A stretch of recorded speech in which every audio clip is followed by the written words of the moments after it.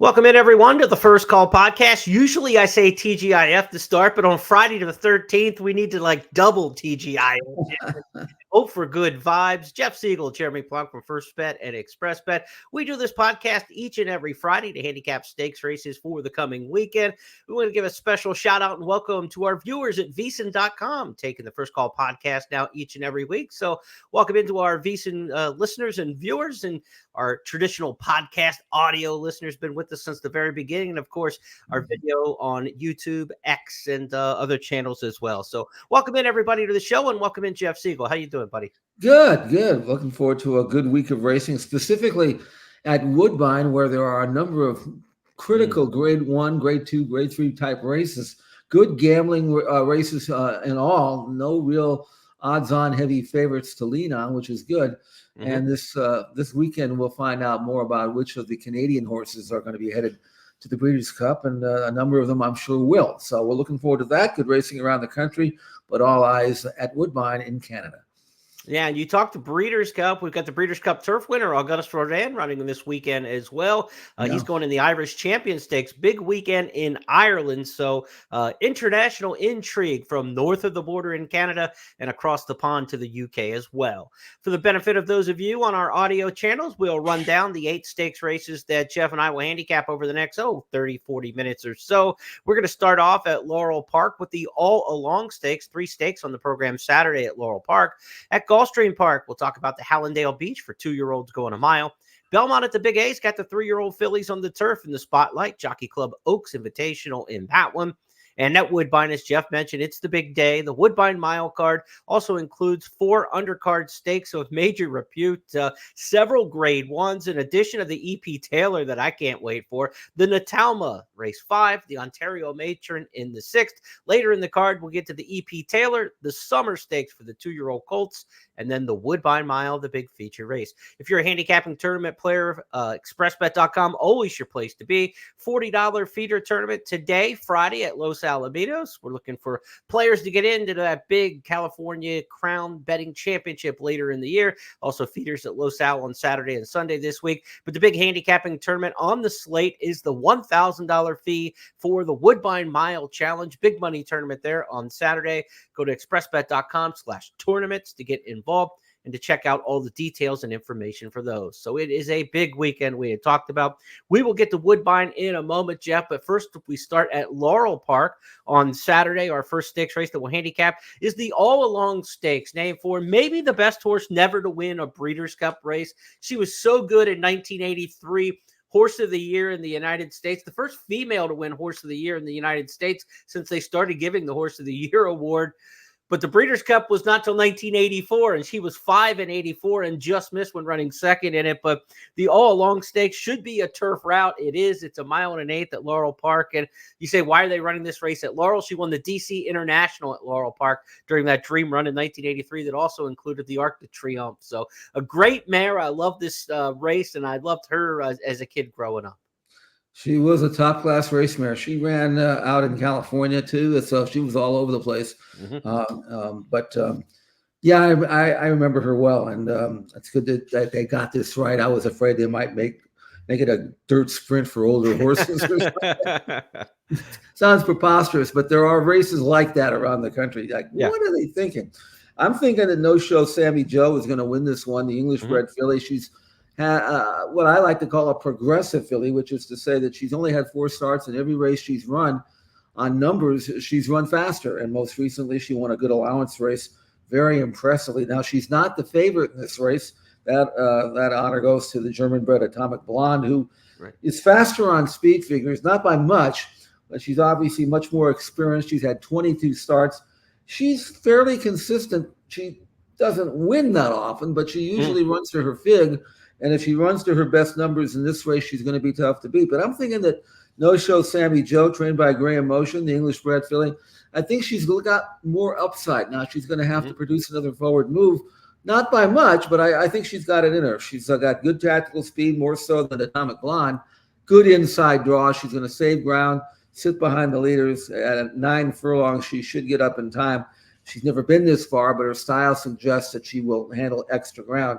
She'll get a lot of chances today to prove that she can handle the opposition, the distance, everything else that she's been asked to do, she's done. I think she'll take this one in stride as well. Number 1, no show, Sammy Joe, 8-5 on the morning line, my top pick in the All Along on Saturday at Laurel Park. Graham Motion versus Christophe Clement. That just feels like a good East Coast turf tilt. Yeah. That's what we've got in the All Along. Also want to mention at Laurel, we're not going to handicap the race. It'll be a very short price, but excited to see Post Time, the top horse based in Maryland, back running on his home grounds. He's running in the Polynesian Stakes, just $100,000 after running third in the Whitney's, running all the big races around the East Coast this year.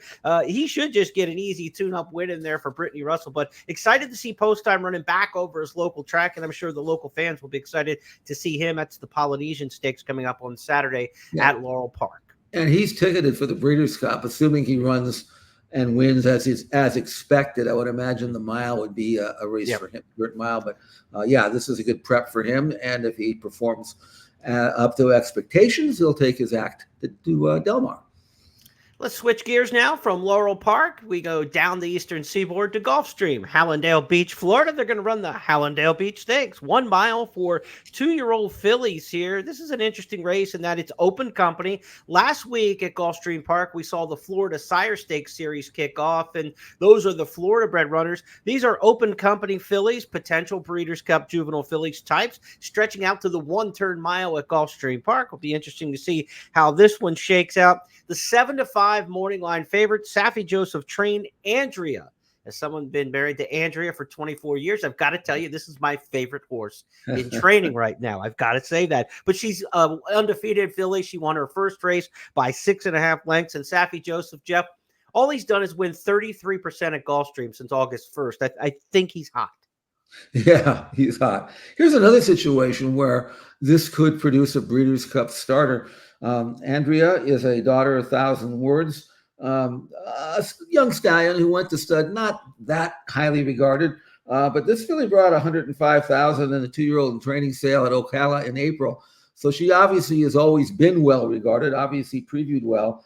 And boy, did she preview her promise in her debut at Gulfstream Park. This race was in mid-July, and again, big figure, did it easily, and moved like a real athlete. It's not enough just to win it. You have to look the part.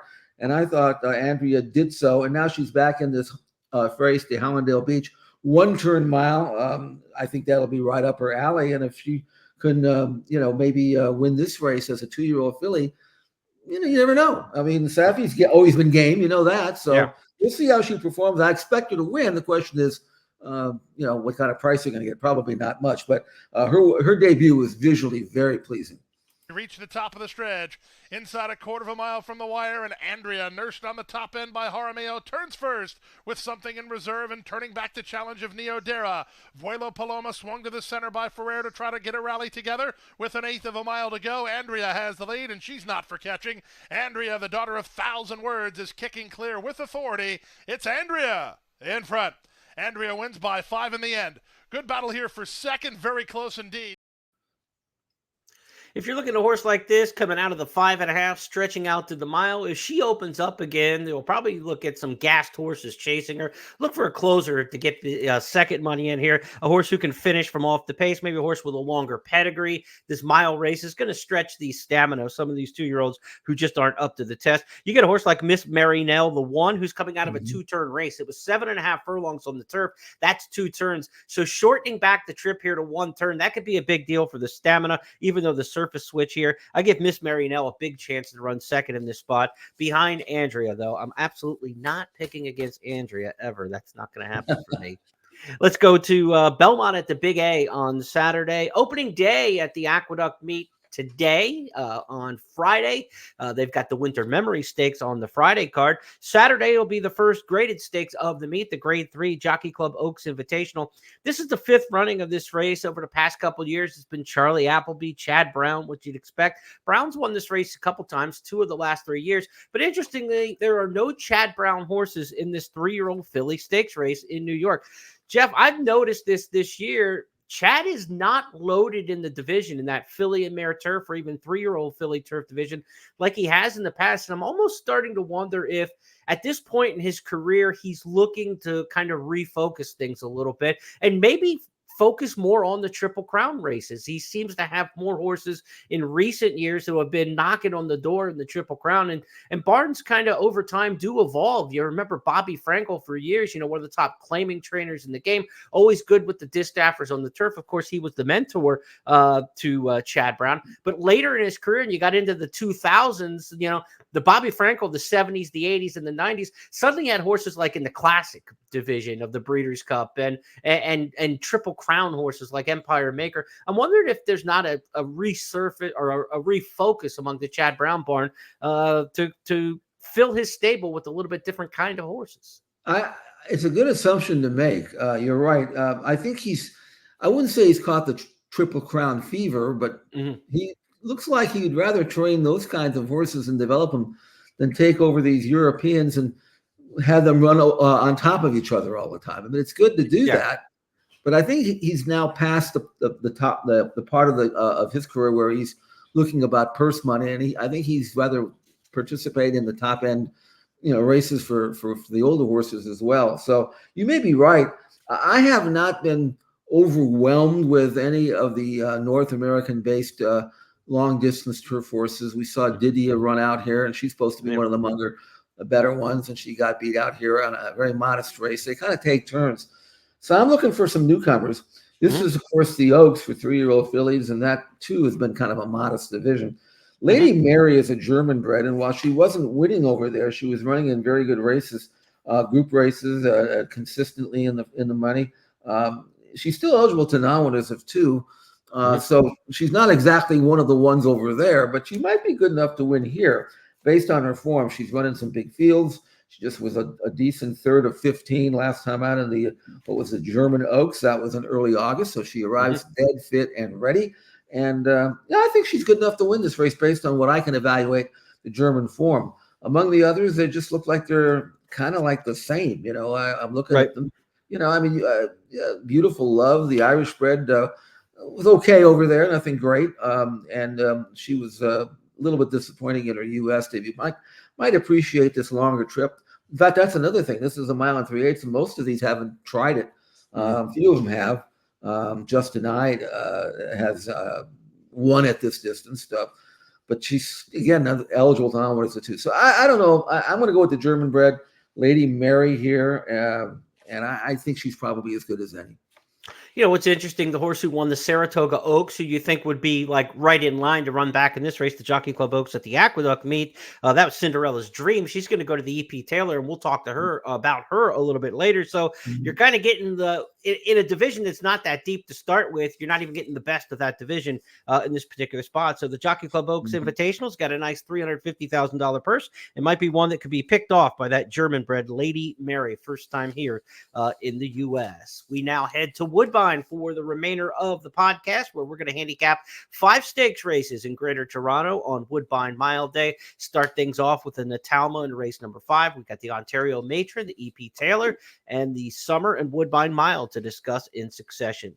We're going to talk a lot about Mark Casse over the next 5 races. He is the absolute kingpin of Woodbine in the last, decade and a half, 2 decades, just dominating the racing there, especially since the synthetic era at Woodbine.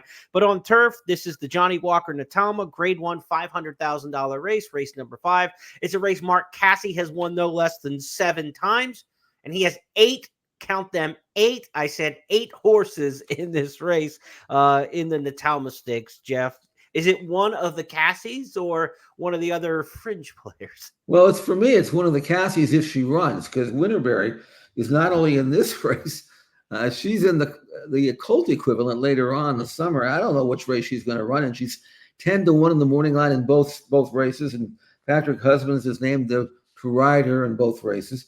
So I'm going to a handicap under the assumption that she's going to run in this race. And if she does, she definitely can win, even though she's stretching out from 6.5 to a mile, but it's still a 1-turn race. Also, she's switching surfaces from all weather to turf, and she's going from a maiden to a Grade 1. That's a pretty good change in direction here. But if you watched her first race, she was 5-1 in it. It was a 6.5 furlong sprint. I mean, visually, she could not have been more impressive. And as a daughter of Frosted, there's no reason why the extra distance won't bother her. She's quick, but she switches off. She gives you a second move. At least she did in her debut. And numbers-wise, she's right there with most of these and faster than most of these. I don't think she has to really improve that much. And again, at 10-1 in the morning line, I just hope she runs in this race as opposed to the colt race, because I do like something else in the colt race. But Winterberry, in her debut back in August 24th, I mean, she did what she had to do and then some. The chart caller from Equibase gave the rare comment, had more when asked. We're going to let you see for yourself and see if you agree with the chart caller. Here's Winterberry's debut win. Winterberry in front by a length. Foxtastic's in the clear, posing the threat now. On the inside, Wellness then just like that, and North York as they turn. Winterberry holding. Foxtastic tapped up is 2 behind. And as they come down the stretch, it's Winterberry and Patrick Husbands giving them a galloping lesson. Winterberry darting on to what will be a massive win. Winterberry lengthening and goes on to score. Wins by about 4.5. Second, Foxtastic. North York was third. Obviously, she'll have 7 challengers potentially from her own stable in the race, but the outsiders, if you will, include the American Pharaoh, second-time starter, Aniskau, who was a nice debut winner at Saratoga for Christophe Clement, gets Frankie Dettori to ride. Dettori coming off a big week at Kentucky Downs a couple days ago, winning some major stakes there. And then you've got Mountain Breeze with the first of the Charlie Appleby, William Buick additions coming in from overseas. This is a Group 2, Group 3 placed horse in England. So this is not just a walkover. You say, Cassie can't lose because he's got 8 of them in here. Clement's got a very good one with Dettori. You got Buick and Appleby on the outside. So Aniskau and also Mountain Breeze will provide some challenges in here, Jeff. Yeah, those are the 3 for sure. It's a good race. And again, this race will produce not only a starter, but maybe even a larger logical contender for the Breeders' Cup Juvenile Fillies Turf. Let's go next at Woodbine on Saturday to race number 6. It's the Ontario Matron, $150,000 grade 3. A mile and a 16th here. These are the older fillies and mares, the distaff division, if you will, on synthetic. Jeff's top pick in here is going to be Sabatini, trained by Josie Carroll. Carroll's a 3-time winner of this race, the Ontario Matron, most recently back-to-back in 2017 and 2018. What do you like about Sabatini, Jeff? Well, if you look at her form, this race is a mile and 1/16 on the all-weather. And Sabatini's run 5 starts. She's had 3 sprints on the all-weather, 1 route on grass. The only other race she had was over this exact course and distance, and it was by far her best race. She earned an 88 Byron number and a very smart win in the Celine, which is a grade 3, and did so with complete authority, with a good stalking type of trip, which I expect her to get here. So under these exact same conditions back in late June, she was not only very impressive, but ran the race of her career. And now she's back under similar conditions again, same grade, same everything. And she's 8-1 in the morning line under Johnny V. So I don't see any reason why I wouldn't pick her. I mean, again, her best race puts her right there, and lightly raced as she is by Uncle Mo. For Josie Carroll, I expect her to come out with a career top, and we'll just have to see if it's good enough. Tennis fans will remember Gabriella Sabatini, and this was her Grand Slam win in the Celine Stakes a couple starts back. They start to stack up. Golden Ghost goes to the lead with Red Samurai. In the clear, Sabatini and Vitforder's Rang comes 5 wide. Sabatini races to the front. Sabatini, the leader. Crevel de Oro's finishing on. Vitforder's Rand is flat. Sabatini by 2.5. Crevel de Oro's coming on down the outside. Sabatini in front. Sabatini holding out by a couple of lengths and never in doubt. A beautiful win in the Celine. Sabatini by 2 to Crevel de Oro. Another one to watch in here, perhaps Fashionably Fab, a real horse for course. We talk about the ones who love it here on the main at Woodbine. Faced tougher last time out in the Canadian Stakes on turf. This is a drop in class and a change back to the preferred surface. Fashionably Fab just never seems to run a bad one, always right in the mix. Kazushi Kimura a ride there for leading trader Kevin Attard. So good addition of the Ontario Matron. That is race number 6 on Saturday at Woodbine. We'll turn the page next to race number 7 at Woodbine. It's the grade 1 EP Taylor. This is the Canadian International's filly counterpart in past years, but it's now on the Woodbine Mile card. The EP Taylor, 1.25 miles on the turf. This absolutely could be a major stepping stone towards the Breeders' Cup filly and mare turf. And Jeff and I were talking about that division. It's just kind of blah in the U.S. We talked about it on our Tuesday podcast. It's official. Be sure to go to YouTube or X and check the archives of that. But we talked about this filly and mare turf division not really having a superstar standout, Jeff. We'll see if we can get one to emerge potentially out of this EP Taylor. But what a great race this is. The 1-3 finishers from last year, you got Fev Rover and Moira, the Canadian Horse of the Year, rematched in here. And they may not even be really the main story. You've got some really good-looking Euros who have classic credentials like Blue Rose Sen, a French Oaks winning filly. And then you've got the 3-year-old filly, Cinderella's Dream, stepping up to take on older horses. So a lot of really cool storylines in a field of 6 that really has no fluff in it.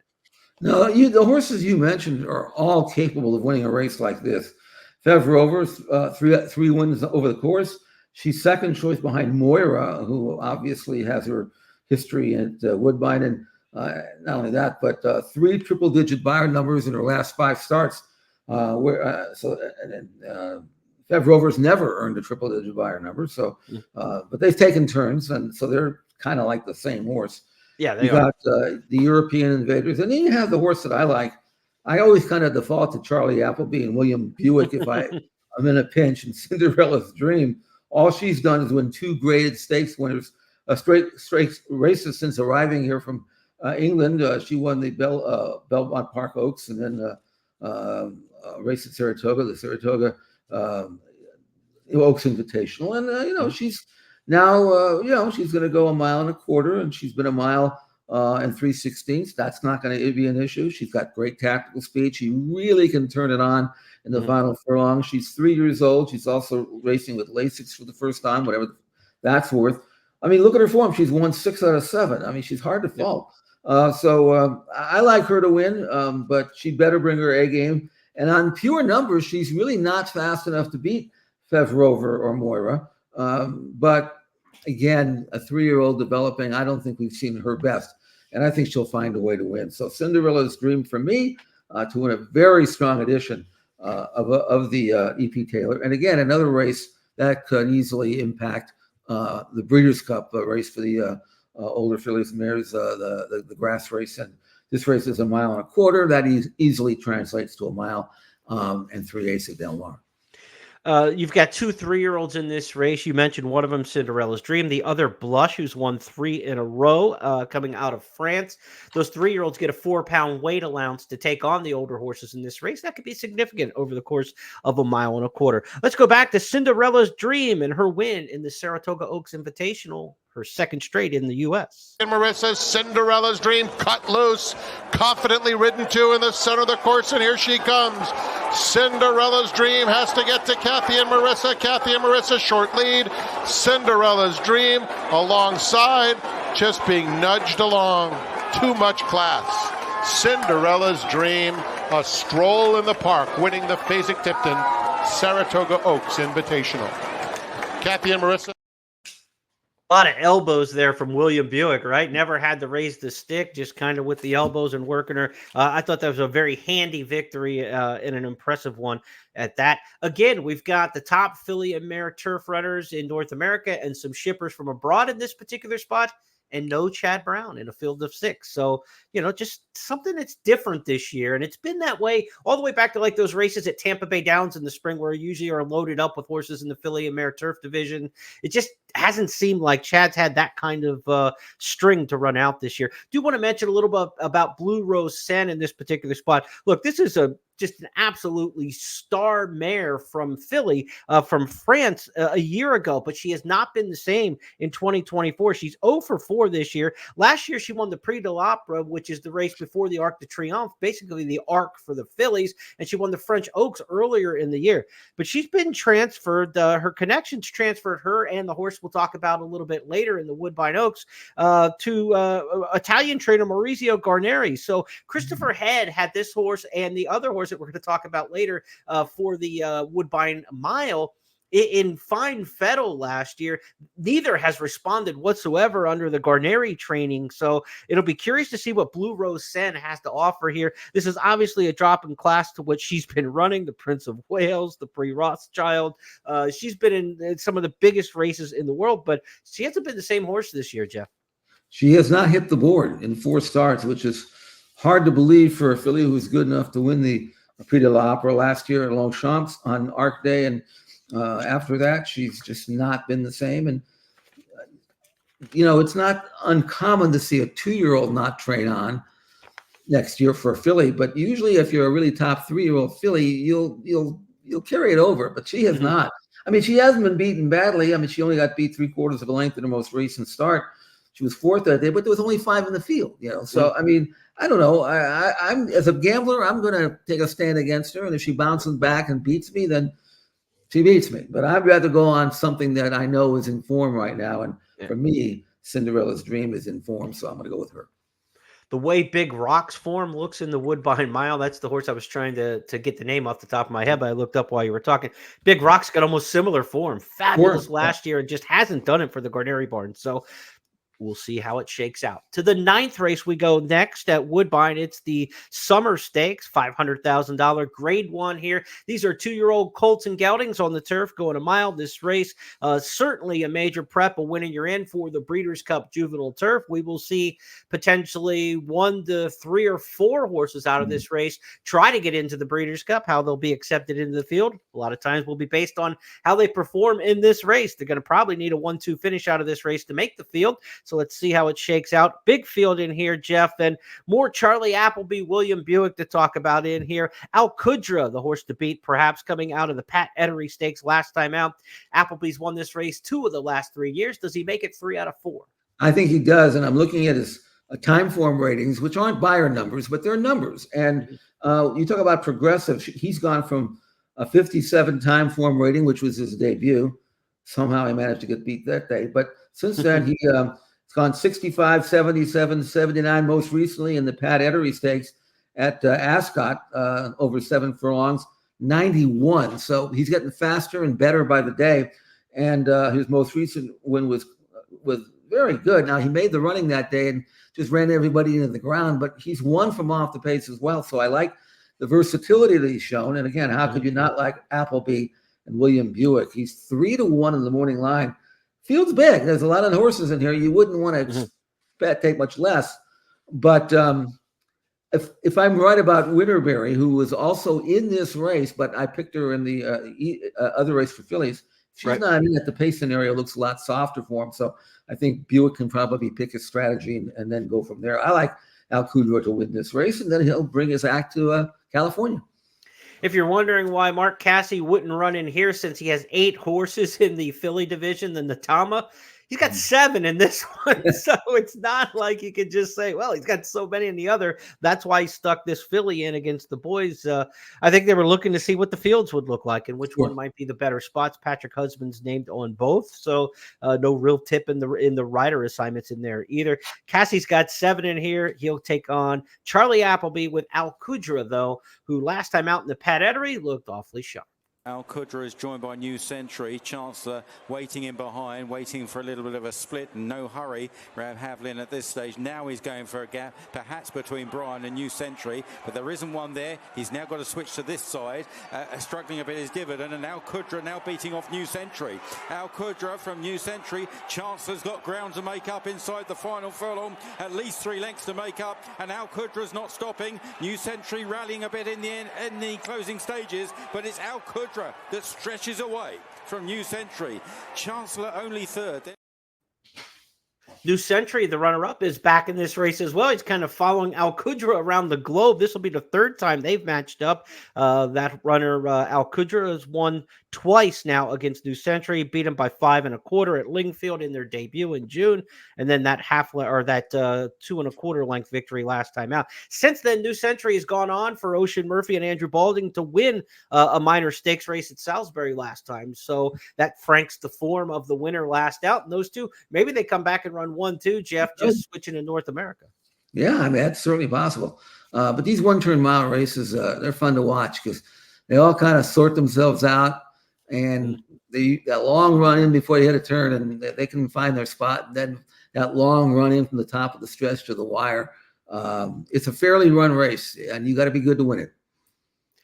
We wrap things up at Woodbine on Saturday with the main event, the reason we're all here, as they say, the $1 million Woodbine Mile. This is a one-turn mile, as we mentioned, with the configuration of several of the races that we'll see on the card Saturday at Woodbine. A field of 8 in here. It's our XpressBet race of the week. I've got a full write-up and analysis of this race that you can get on the FirstBet website, the news.first.com, and also at expressbet.com in the blog section. So be sure to check that out. Also sign up for the email newsletter with FirstBet and XpressBet, and you'll get that sent to your email inbox each and every week. Field of 8 in here, Jeff. And look, we've got some horses that have some credentials at Woodbine. Filo di Ariana's just 5 for 5 at Woodbine, right? But she's looking for her, or he's looking for his signature win over the racetrack at Woodbine. An 8-year-old with just 17 lifetime starts, but there's not a lot to knock with Filo di Ariana coming off back-to-back wins. But this one feels like the Europeans, maybe some with some American experience. This one just feels like the Europeans might have the edge in here, unless there's a rising star in the field. And I was very curious about this particular horse in my write-up for the race of the week, and I'm using him heavily in my plays. His name is Play Me a Tune, and when you sent me the format for the show overnight last night, I saw you've got this horse picked on top, which is making me feel a little bit better about that selection now. Well, it's a price chance. Let's put it that way. I don't think he's the most probable winner in the race. He's a lightly raced gelding, 4 years of age. He won his first 2 starts by a total of 16 lengths. He did that on the all-weather. Came out of that race, ran in a very tough edition of the Bold Venture. Got beat a neck in that race, earned a career top number. Couldn't quite catch Patches O'Houlihan, but he came close. And again, he's a progressive gelding, lightly raced, untested at a mile, untested at this level, untested on grass. I mean, it's just, there's a lot of things that are being thrown at him. And he's catching some salty, older, faster veterans. So it's really more of a projection play. He's 12-1 in the morning line. I'd have to get every bit of that. Maybe even I'd want more. Inside draw probably will be on or near the lead. Right. He should have every chance. And again, I'm hoping that he's got more to give than he's given so far. And he's never, again, taken a backward move, even though he got beat last time. So I'm taking him as a gamble, and yet you look at horses like Naval Power. You talked about Big Rock, who has been absolutely awful this year, but he was really good last year. Yep. Who knows if he's going to snap back? Filo di Ariana, very solid, consistent horse for course, 5 for 5. I mean, it's just a very tough, difficult race. I'm hoping that Play Me a Tune's going to be this good. He's going to have to prove it to me. But again, at the price, I think he's worth a gamble. Last time out, you mentioned he ran second to Patches O'Houlihan. That is the dominant sprinter in Canada. If you don't follow Woodbine racing, Patches O'Houlihan's going to run in the next race on the card on Saturday at Woodbine in the sprint ranks. We're not handicapping that one for the show, but let's go back and watch the replay. Last time out, Play Me a Tune getting to the best sprinter, I mean by far the best sprinter in Canada in just his 3rd career start. This was a race that kind of tips that his first 2 races blowing away inferior competition were no flukes. Level, a length away, Play Me a Tune as Patches has responded and kicks away as they turn again. First Empire on the outside, and then came Play Me a Tune, and I'm a Gambler's a bit of a chance in the center for Pietro Morin, Patches O'Houlihan. A couple in front, down the outside, Play Me a Tune, I'm a Gambler the center. Patches O'Houlihan from Play Me a Tune on the outside. Play Me a Tune coming. Patches O'Houlihan holding. Patches O'Houlihan in a photo with wide out Play Me a Tune, and I'm a Gambler the center. He got a good education in that race. Now he gets the big class test on turf. That will be the deal with Play Me a Tune. Naval Power will be favored in here, you would have to think, coming off 102 and 104 buyer speed figures. Charlie Appleby, William Buick, of course, they won this race 2 years ago with Modern Games. They won it last year with Master of the Seas. Naval Power is good. He's not Modern Games or Master of the Seas, but he won't need to be in this particular field. The depth of this year's Woodbine Mile isn't as strong, so that's why we're looking at horses like Play Me a Tune, who might be able to rise in class and do it for Josie Carroll here, Jeff. My Boy Prince, an interesting one, who was the solid favorite, heavy favorite in the King's Plate, going 1.25 miles on the main track last out. He was the top 2-year-old in Canada last year, expected to be the top 3-year-old. Instead of running at Fort Erie in the middle jewel of the Triple Crown last week, the Prince of Wales Stakes, they decided not to go to the dirt. They went back to the turf now. And My Boy Prince, a very interesting entry in this race for the often mentioned Mark Casse. I just don't think he stacks up with these horses on turf. No, I looked at his form. I mean, you have to admire him. 6 out of 11, he's won with 3 seconds and a third, but he's not been running against this group level of horses, and numbers wise, he's really going to have to reach back and improve to be even competitive here. He's 12-1 in the morning line, and that's probably about right. Filo Di Ariana's got the 5-for-5 record at Woodbine, trying to win this race for the first time, but didn't. Won the Highlander, won the King Edward already in the meet. That's logical. Naval Power, very logical. And then to me, the only other horse in here is Play Me a Tune. That's the X, the X factor, the wild card in here.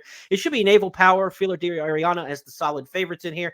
And if we can get Play Me a Tune first or second in the exacta, that's what I'm trying to hit in this particular spot in my race of the week play. So I'm going to try to get Play Me a Tune in there with Naval Power. And if we can pull that upset, you want to make sure you get some win money, because as Jeff said, 12-1 in the morning line, you might even be higher than that. So make sure you get a little window if you like that runner.